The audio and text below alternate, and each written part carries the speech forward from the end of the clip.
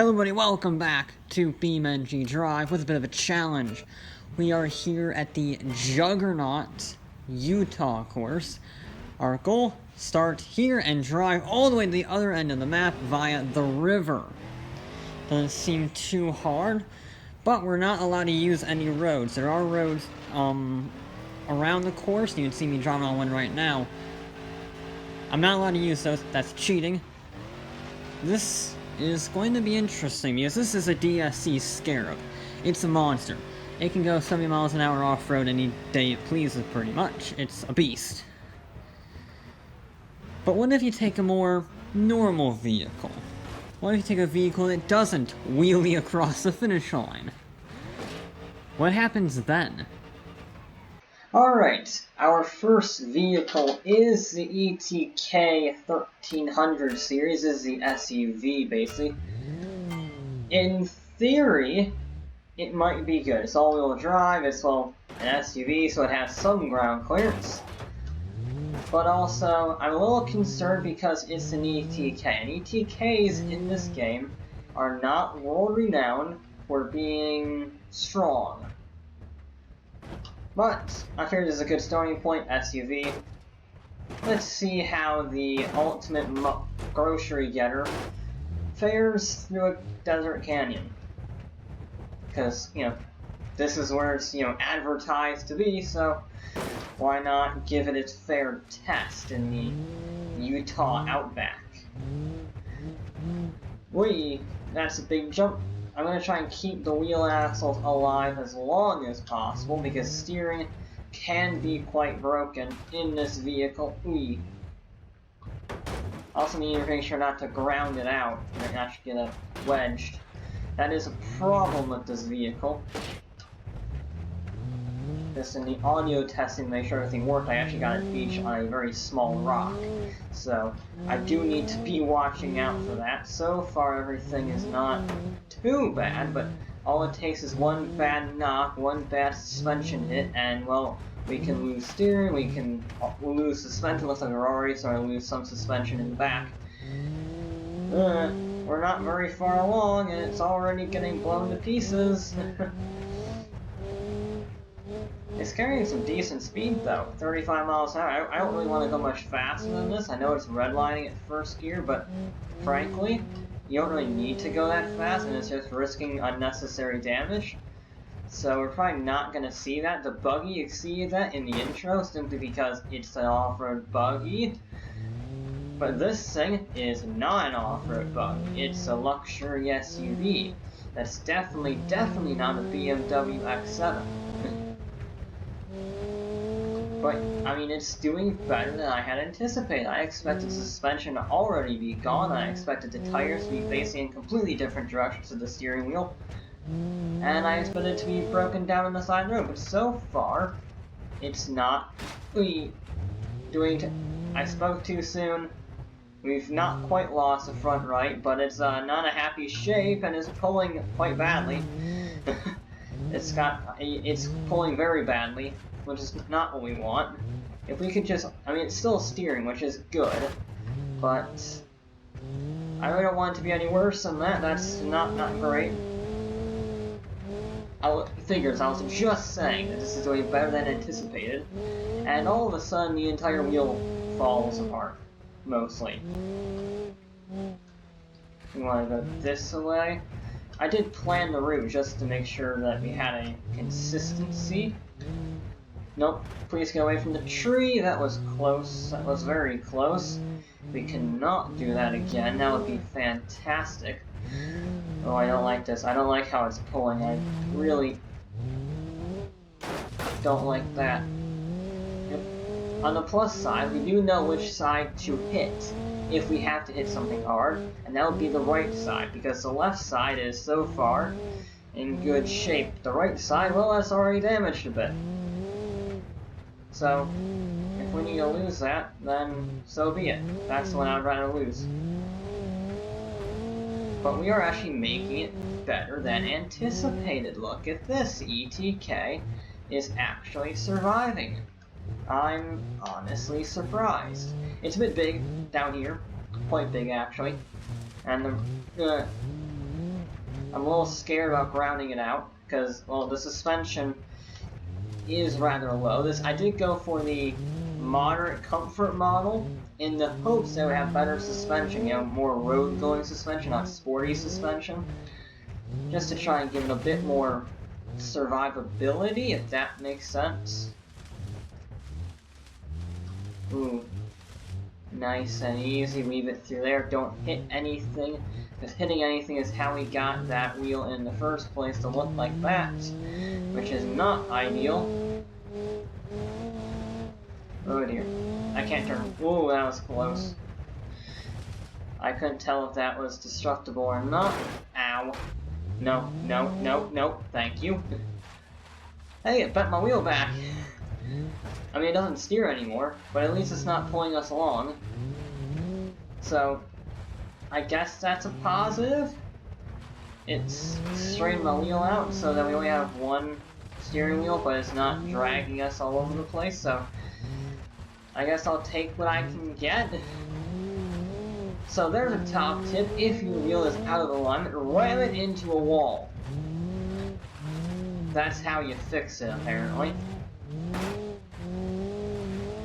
Boom. It's less healthy than it looks. It's sort of bouncing around. It looks like on the suspension components itself. It looks like it's just bouncing about on the shock. Yeah, that's no good. That's very much not good. But we have at least reached the river, which means we're about a third of the way there. Ooh. I think we want to be on this. I can't turn. We're actually starting to drown our engine. Alright, good. We've lost No. No. No. You did not die from that. Surely you did not die from that. That's preposterous.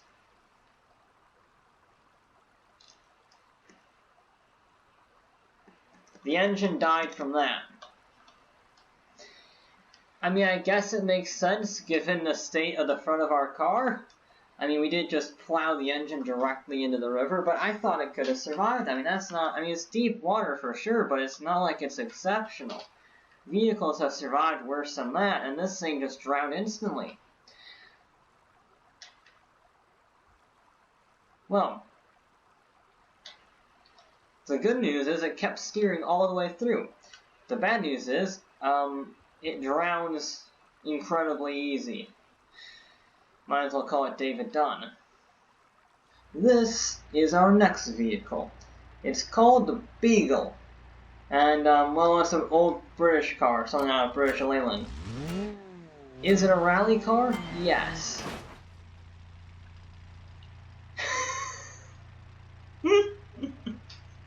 Let's try that again.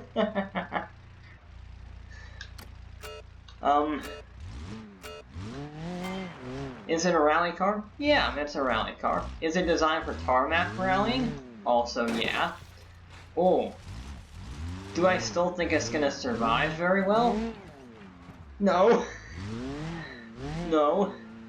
Primarily because it's a British car from the 1960s, and also because the steering is already gone. I mean, it's not completely gone, but for all intents and purposes, it is demolished. It's trying to climb up the mountain. Wrong way. We need to go down. Thank you. It's very fast. Wait. But the steering is quite sad with the bug eyes. Very sad, actually. Don't hit the roof, though. It's very low. Oh. Well, we've lost a tire. Oh, dear. Uh-oh.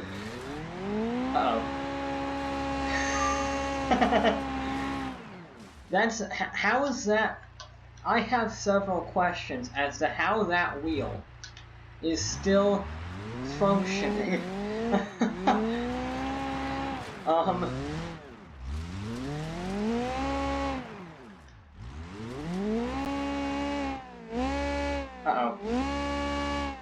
Wow. Okay. Alright, pros. The wheel has fixed itself. Cons. The drive shaft is broken, and it won't let me drive any power to the front wheels despite being all-wheel drive. Well, I think for the sake of fairness and the fact that it made approximately 2 yards, I'm going to give this thing one last chance to see if it is really as fragile as it seemed to be. I was a little bit brutal on that first jump, so we're going to be ultra omega favoritism to this vehicle because I do quite like it. And we're going to, the doors already come open, and the hood. The wheels starting to get bent in. Is this thing made out of paper mache? I think it's made out of paper mache. But we have working steering. No. Come on. The rear drive shaft's broken again. This is the most unreliable vehicle I think I have ever driven. The drive shaft is about as strong as a piece of chocolate. Well, the Doyler rally car Beagle is quite considerably unsuccessful. This is our next vehicle. It's a Moonhawk. I don't know how this is going to do. It is the dirt racer version, so I'm hoping it might have some better tires, some better suspension. We shall see, frankly. It's the, I guess, Demo Derby reinforced version. So, it's got a roll cage, it's got better panels. I am concerned about the drive shaft, but the Moonhawk has been renowned for being pretty darn tough. So, hopefully this might actually be able to make it, to the water. I mean, technically the ETK made it to the water, and then immediately drowned. But it made it to the water, so I guess I should be a little less harsh on it in that regard. But hopefully we can make, more progress than that. Really, because the Beagle was a bit embarrassing. And the ETK, actually did not suffer typical ETK syndrome. Its wheels actually survived enough to make it to the drowning, but it still failed. This thing, though, old school American muscle made out of good old solid Pennsylvania steel. So, maybe please do well. It's also not modded, that's a big thing. Both of the other cars were technically mods, so they might be more fragile? Maybe? I don't know exactly, it depends on the mod, on a mod-to-mod basis, but generally they're relatively similar, but it could have been that aspect as well. This is a good old base game car. So, we shall see. Gotta say, the bodywork is actually holding up quite well, what's left of the bodywork, if I can be perfectly honest. Carrying very good speed, 38 miles an hour on the dirt. Probably. The speedo's never really accurate, that's why I use the airspeed, but we don't have airspeed in this setting because it's a time trial. And for some reason they don't have that on here, but whatever. Oh dear, don't roll it. Alright, so the front right corner panel is a little bit dinged up, but honestly, that I can live with that. That's not too bad, that's not bad at all. Ooh, that's gonna hurt the suspension a little bit, but the tire is still pointing in the right direction, so I'm happy with that. I'm hoping this will be able to make it all the way. I am concerned about the water, though. I'm going to have to be weary of that because, well, just like the ETK, there's, no front end to protect it from the water. It's just sort of there. There's a radiator, and then there's the engine. I guess there's technically a front grille, but it doesn't look like it's going to do very much, if I can be honest. Speed. Thank you. Yeah, so we're dinging up the bodywork a little bit. Maybe starting to bend the frame slightly, but I shouldn't imagine it's too bad right now. Once we get later on, though, that might change. Of course, this is the more brutal section when it comes to the chassis killer. The suspension killer is coming up through the water, because the land next to it is incredibly bumpy, especially since I'm not allowed to use the road, except barring crossover points for the river, so it is gonna be tough, but first we have to make it there, and that is a big challenge in amongst itself, as has been shown over the last 10 minutes. But this thing is just trucking along. I mean, I hit a very strong shrub there. That was a proper GTA shrub if I've ever seen one. And it just sort of took it with ease, bent the hood up a little bit, not too bad. I can deal with that. The suspension also, I gotta praise the suspension, it's holding up rather well. The suspension is not failed yet. That's not gonna help it, but again, I can live with that. Wheel is still pointing in the right direction. I'm tracking as straight as I can on this dirt, which is a good thing. Helps me reduce future accidents. Yeah, the Moonhawk is doing remarkably well. A bit bouncy, but classic American car, super soft suspension. You'd almost kind of expect that. Ooh, not the best sounds in the world. I don't know how this is part of the river, though, I'm gonna be honest. I don't know how this can be construed as part of the river. I know the river used to be here, but that's a river. This is not a river. Right, we're going to sneak our way up here, I think. That would be the best bet. That avoids us having to do any water crossings at this moment in time, trying to reduce the amount of water that goes into that engine. Because right now our radiator is not broken, which means we don't have to worry about it overheating, which means we don't have to drive into the water unless we absolutely have to. I don't really have much of a choice to drive on the road here, if I'm completely honest. There's not much land. So we're going to try to not, but honestly, there's not much I can do about it. So if we just go, where is the road going? Looks like it's going this way. Just leave it between the trees. Yeah, I don't really have much of a choice here on the road. It's just sort of, well, there.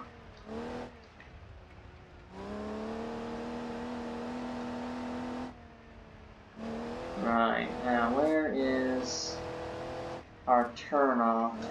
Because there's a point where you have to get off there. I should probably shift it into gear so I don't blow my engine to pieces.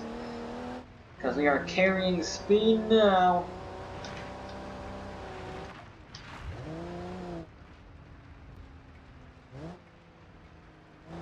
I'm going to try a little bit more. Avoid the little jump there. Yeah, again, I would love to not be on the road, but I sort of have to be. There we go, now I can go back on the dirt. I guess part of the challenge. Wait, no. How did I stay on the cliff? That was some impressive cliffside drifting if I've ever seen it. Yeah, here we go. We're back to our regularly scheduled program, shall we say. No, don't get stuck in the trees. I'm stuck in the trees. Although I'm not. No. My door is stuck in the trees, not in the actual wheels. Ooh, okay. We need to be wary of that. I was like, ah, yes, I shall just take a nice trip through here. No problem at all.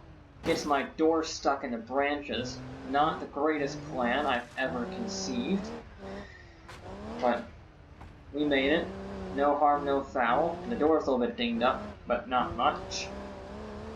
All in all, this vehicle is actually surviving quite well, if I can be perfectly honest. Quite well, I would have to say. Ooh. Where are we going here? Let's avoid the rocks. Don't go crazy. We got another cliff to worry about. Let's try not to drift on the side of our cliff this time, eh? Now, I see the water crossing. If I recall, I don't want to take it. I think we want to stay on this side of the river for the remainder of our run. Because then we would have to just cross again to get to the finish line, because the finish is on the right-hand side. So, we We're going to try to stay over here as much as possible. We're going to go on the road slightly just to avoid the rocks. We have some here anyway to worry about. Ooh. Yeah. Where is normal? There it is. I think we might just make this if we don't hit anything. Because this is all just smooth-ish. Uh-oh. We just need it's an all-across course now is what it is. All-across course, so instead of cones, it's trees that will catch you and kidnap your door and make sure you can't go anywhere. It's very problematic. Now avoid the rocks. Very nice through there. Turning is still excellent, I gotta say. Hardly taken any suspension damage at all. It's remarkable, actually. Very remarkable. Weave it through here. Ooh. There it is. That looks to be the finish. We're going to try to not flip it like we did with the intro vehicle, the Scarab. But we are on the verge of making it with a wheelie again. There we go, comrades. Woo! The Moonhawk has made it, and actually, it's in pretty darn good shape. The suspension is still intact. There's no discernible bending with the wheels. I mean, it's just bodywork. That's incredible. I mean, even the dashboard is still intact. Everything works in here. That's incredible survivability, if I can be honest. Well done, Moonhawk. So far, out of the Germans, the classic British, and the classic Americans, only the Americans have succeeded. So what if we raise the stakes a little bit and go completely nuts with a Formula 2 car? Yeah. It's a bit crazy. We're actually going to restart. So, out of the 3 cars that have run, the classic British, the classic Americans, and the modern Germans, only the Americans have succeeded. So what if we go to the extreme end of the spectrum? A Formula 2 racer. I don't know if this can even survive, but we're going to give it a good shout. Pros. It's very fast.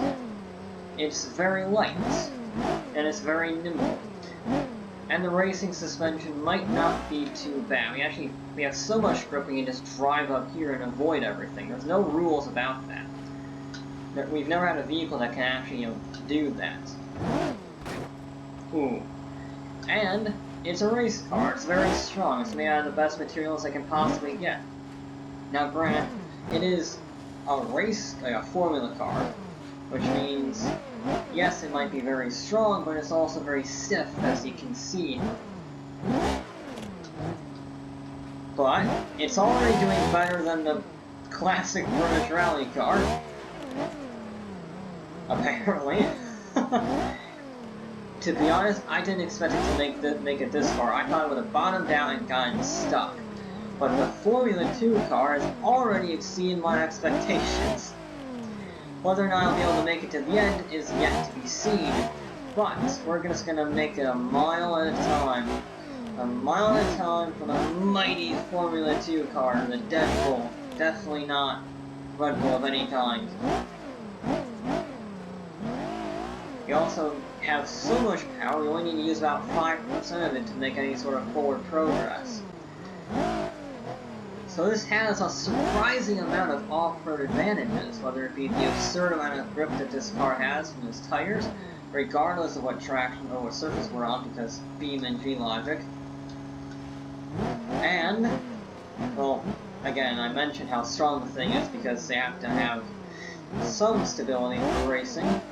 You know, you take a few knots on the curves. This is just a lot of never-ending curves. That's really all this is. I'm sure that's what they designed it for, really. Now, probably the more impressive thing so far is that the wing is still intact. The wing is somehow still there. which I don't fully understand. I'm not complaining, but it's not going to matter, you know? This thing, we're never going fast enough to need the wing, and if we are, then we have a problem. Woo!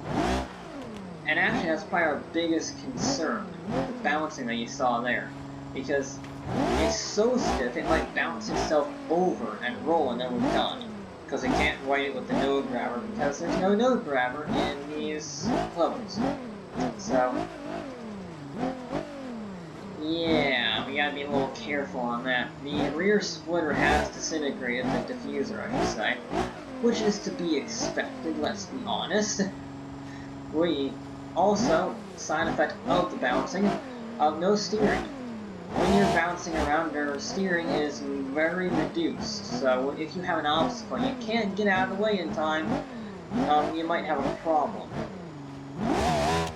Ooh, that wing is incredibly strong. Never mind. No. No. Are you? No. Don't get defeated by yourself.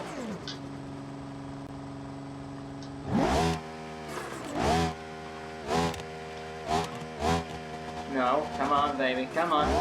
We can do it.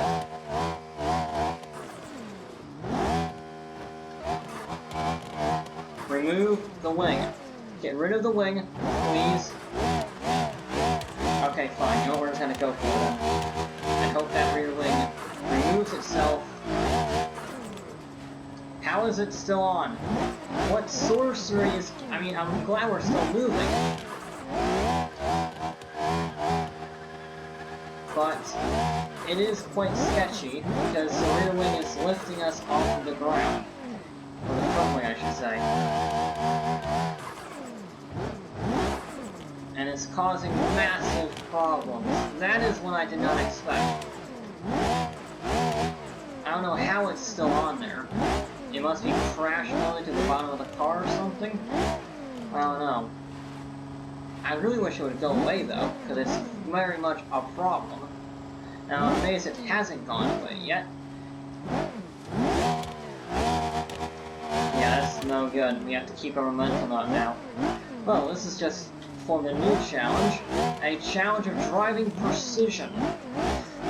Because if I stop, I probably won't be able to get going again. The fact that I got going at all from that initial error, I'd say, that initial problem, was a miracle of sorcery.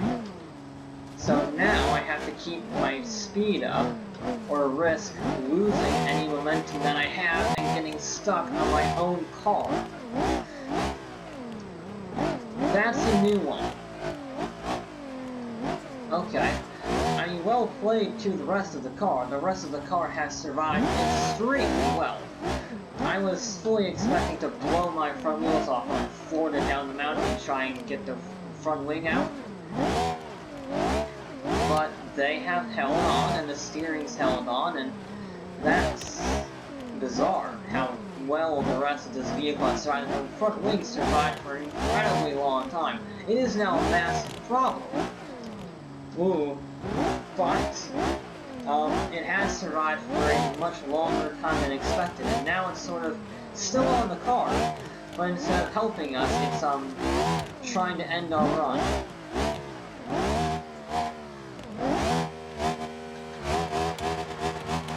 Come on, come on, come on, come on, thank you. Ooh, that was close when we had to shove it in reverse. How is the wing still attached? What is it attached to? I also don't know what this is going to do in the water, and I don't want to find out, so... Oh god, I have to be precise and fast. In the water. On the cliffside. Yes, knock the rear wing out, please. For the love of God, knock that wing out. Be gone, please. Oh, I just feel it getting stuck. You can see every time it sort of coast to its side. Oh.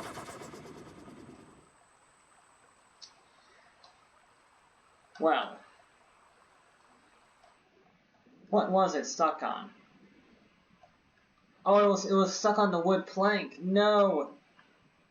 It got stuck through the carbon fiber and the wood plank. That's how it got stuck. And in my haste, I reversed it.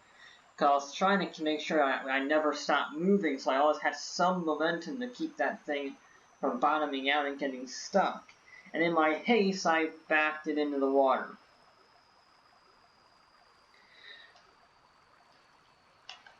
I want to see how that, because that was incredible what that car was able to do. I mean, it made it a remarkably long way. I mean, we started way, way over there, and we were probably halfway, a little under that. That was a remarkable showing by the Formula car for doing as well as it did. So, if you want to take a variety of vehicles down the river, it is possible to make it. You do need a 70s muscle car that's completely disintegrated, but it can make it. And if you're going to go off-roading in a Formula car, remove the front wing. That causes all sorts of problems and drowns you. Useful advice for Red Bull when they go back to skiing with F1 cars or whatever. But in the meantime, that will be it for this episode of Beamng.Drive, and I'll be back with more